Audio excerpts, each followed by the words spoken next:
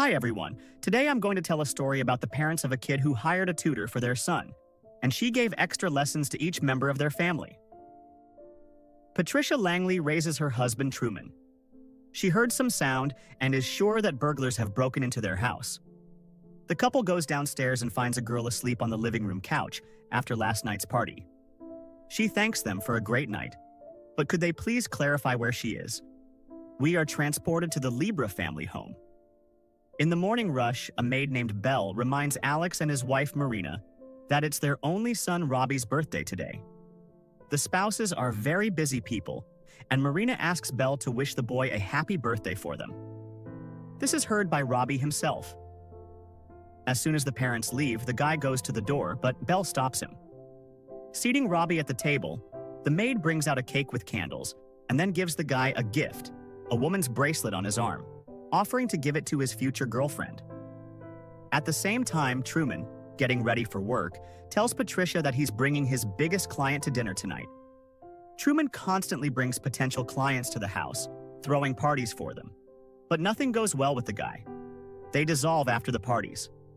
If Truman manages to make a deal with tonight's guest, it will solve all the financial problems of the Langley family.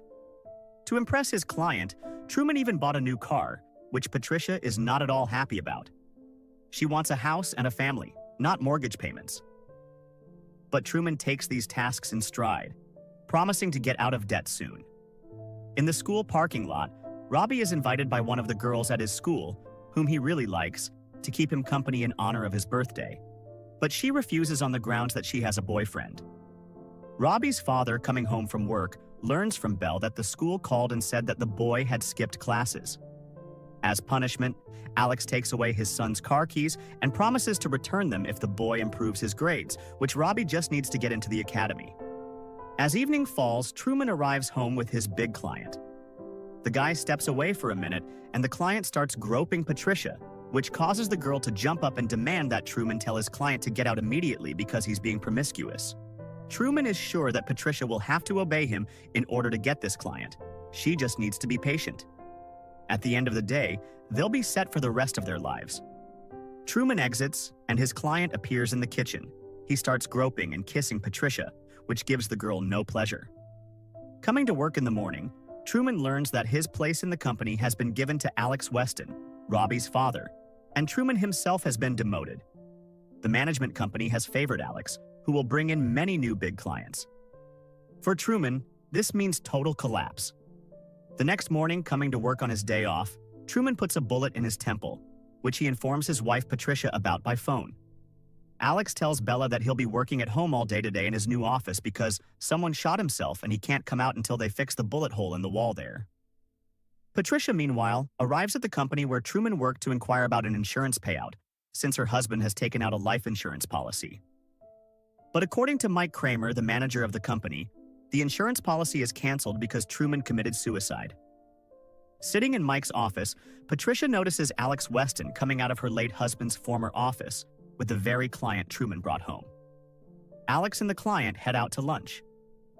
Mike suggests that Patricia stop by Truman's office to pick up the rest of her husband's belongings. Once in the office, the girl prints out information about Alex, believing him to be directly responsible for Truman's death. Patricia then drives to the home of Weston, the client Truman brought in, and kills the man with a pistol shot. Having followed Robbie, Patricia finds out in which school the boy studies, after which she deceives the school's employee that she has recently moved to this city and would like to determine her non-existent daughter here. But first, they want to hire a tutor. While the employee is looking for a list of tutors, Patricia steals a blank form to fill out and sends it to the Weston home. The letter states that Robbie's grades are poor, and in order to improve his knowledge, the Weston family needs to hire a tutor, the list of names of which is also in the letter. Marina, Robbie's mother, calls a tutor named Amanda Crestfield, for whom Patricia pretends to be. At the appointed time, the girl arrives at the Weston house, where she meets Robbie, Alex, and Robbie's parents.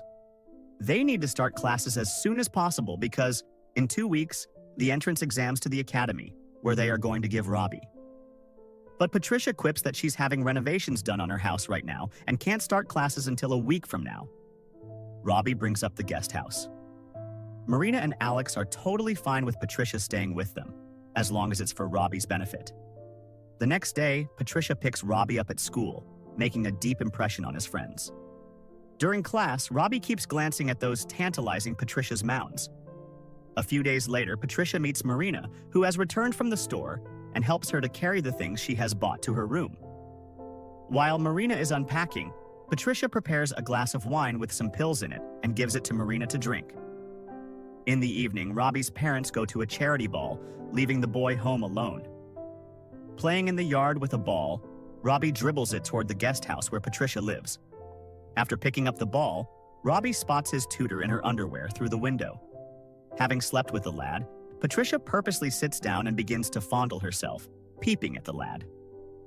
The spectacle is interrupted by the maid, who threatens to tell her father if she catches Robbie peeping at Patricia again.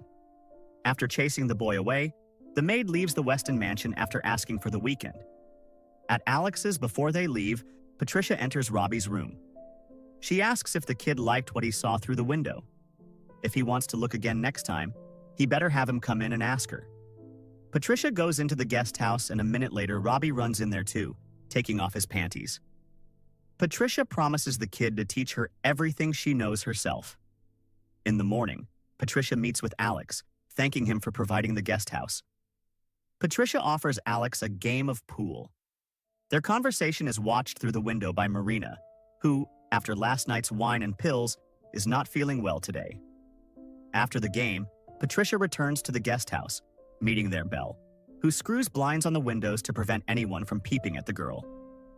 After coming to her senses, Marina asks the maid to change the linens, putting everything in a basket. Belle goes down to the basement, where the laundry room is located. Carefully stepping on the steps, Belle stumbles over the fishing line that Patricia had purposely strung before, dropping the phrase that there are 3 of them left. Patricia goes up to the house. Robbie returns from his exams. After not getting through to Belle, the kid runs to Patricia. Marina returns, seeing the basket of linens that Belle never delivered. Marina opens the basement door and discovers the dead maid. To distract from the incident, Alex in the middle of the night goes to play billiards, where he is caught by Patricia. The girl begins to seduce the man. At this time, Robbie walks around the territory, who notices how his father drives the balls not in the hole, which he says to Alex when he goes out to the pool to catch his breath after the game played. In the morning, Alex writes for work, but he's worried about Marina. Patricia reassures the man that she will look after his wife. Walking up to Marina, Patricia begins kissing her. The womanizing is interrupted by Robbie, who has returned from school early. Patricia enters his room and tells him that she knows that Robbie saw them playing pool with his father last night. Kid, but she wasn't doing it of her own free will. Alex allegedly forced her to do it. Robert, furious, wants to deal with his father, but Patricia stops him, promising that it will all be over soon.